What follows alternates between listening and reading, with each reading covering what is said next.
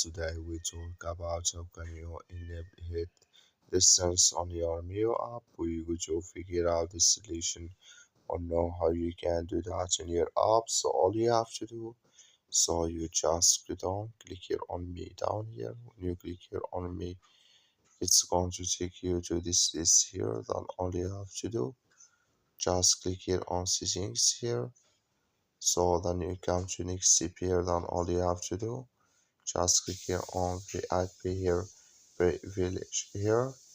Then you come to next step here. You come here to hit distance. Click in this sign here. So when you just click on it, then it's going to enable with you here hit distance here.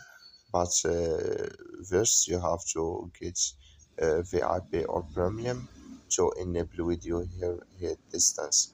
So that's all you have to do. Thank you for watching. Don't forget to support us by like and subscribe.